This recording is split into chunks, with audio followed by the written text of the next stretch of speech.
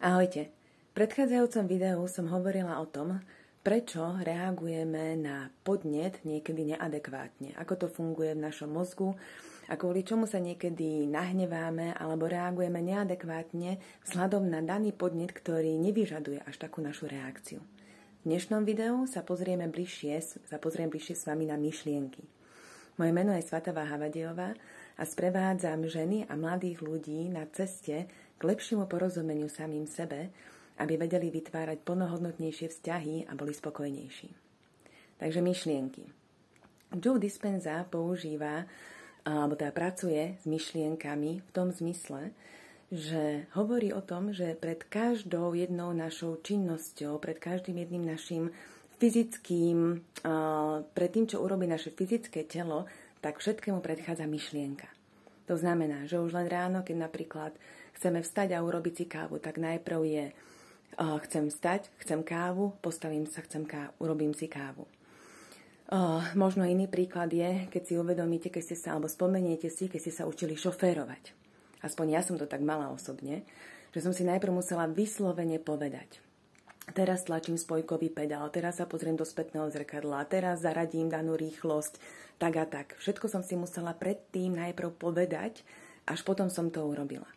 Neskôr sa to už zaužívalo a už sa to dostalo do podvedomia a neuvedomujem si už tie myšlienky, ktoré ma vlastne vedú k tomu pohybu, aby som to urobila. Uverejnila som na Facebooku obrázok a chcem vám k tomu ešte viac povedať.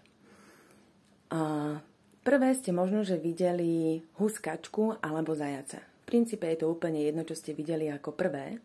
Dôležité je, že to prvé, čo ste videli, tak ako to vlastne vyzeralo v tom našom mozgu, to prvé.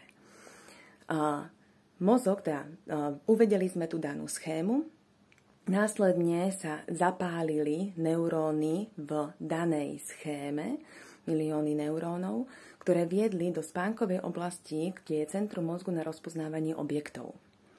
A kde je spomienka na to, že objekt, ktorý vyzerá takto, tak tomu pripisujeme slovo hus alebo kačka. Zoberme to tak, že ste prvé videli hus alebo kačku. Takže to znamená, že je to nejaká naučená cesta, ktorá vás priviedla k názvu.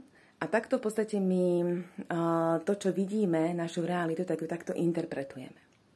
Keď my chceme vidieť to druhé zviera, napríklad toho zajaca alebo králika, tak my potrebujeme povedať mozgu, nie, teraz nepál v tejto sekvencii, v tejto schéme, potrebujeme schladiť tie obvody a potrebujeme mu povedať, teraz pál v tejto sekvencii, v tejto novej, pretože ja tam chcem vidieť zajaca. A toto sa volá neuroplasticita. Už je teraz všeobecne známe, že aj mozog v dospelom veku je schopný neuroplasticity. Aby ste si to teraz sami vyskúšali. A dobre, možno, že tento obrázok poznáte, ale možno, že sa viete pozrieť na žiarovku, ktorá je v prvom momente žiarovka, ale neskôr tam môžete vidieť hrušku. Alebo sa môžete pozrieť na vešiak, alebo na čokoľvek vo vašom okolí, kde je to prvotné, že čo tam je, a potom až neskôr si uvedomíte, že to môže byť strom. Krásna hra je s deťmi a oblakmi, kde hľadáme v oblakoch, čo všetko tam môžeme vidieť. Toto je presne ten tréning neuroplasticity, toho schlaďovania a rozžarovania neurónov v nových cestách. Takže skúste si uvedomiť, na čo vlastne myslíte vy celý deň. Zoberte si, ja mám deti, tak používam príklady s deťmi. Keď napríklad Tomáš alebo aj vo vašom okolí deti robia nejaké také kúsky, ktoré sa vám zdajú napríklad nebezpečné. Napríklad Tomáš ide veľmi rýchlo na bicykli, môj syn. A ja potrebujem zachytiť, čo v prvom momente ja mám v tej mysli, čo mi napadne ako prvé myšlienky. Či mi napadne, že Pane Bože, ide strašne rýchlo a čo keď sa vyrýpe a čo a jak to budem teraz ja riešiť? A v tej chvíli som ja vlastne v strese. Alebo mi napadne, a to je to, čo si ja môžem uvedomiť. Dobre, môže tam byť nejaká spomienka, že on už spadol predtým, ale ja mám tú slobodnú vôľu a ja si môžem uvedomiť, že je už dosť veľký, potrebuje sa naučiť, ako rýchlo má chodiť, viem, že mu budem vedieť potom pomôcť, takže ja sa teraz rozhodnem, že ja mu verím, že to zvládne. A to už je tá nová myšlienka, ktorou ja prebudovávam svoj mozog a celkovo ten prejav na tej fyzickej úrovni je, že ja som v kľude, ja som v pohode. Ďalšie video vám poviem ďalšiu moju skúsenosť ohľadom myšlienok, čo som si ja v poslednej dobe uvedomila.